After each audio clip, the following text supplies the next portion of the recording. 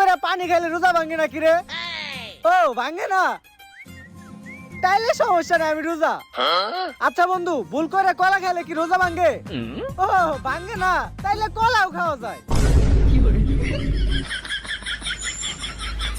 একটু পরে ভুল কইরা বিরিয়ানিও খামু। লাশ, জলদি পুলিশে ফোন দেই। দাঁড়াও, ফোন দেওয়ার কোনো দরকার নাই। কিন্তু কে তোমরা?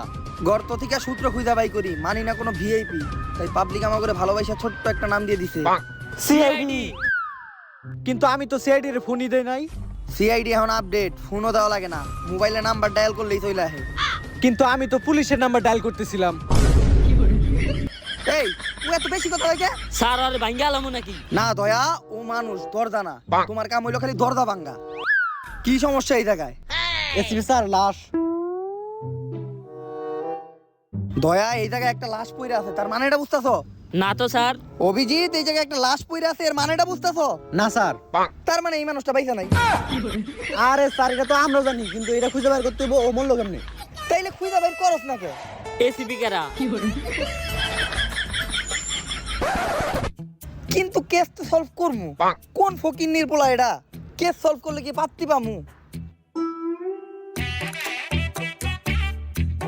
স্যার আন্ডার প্যান্ট ব্র্যান্ডের পড়ছে, আর যাইও ফকির নি হইব না।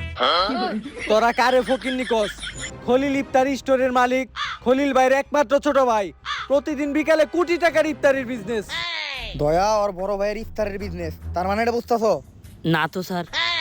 তার মানে কেস সলভ করলে টেহার লগে লগে ইফতারিও ফ্রি পাওয়া যাইব।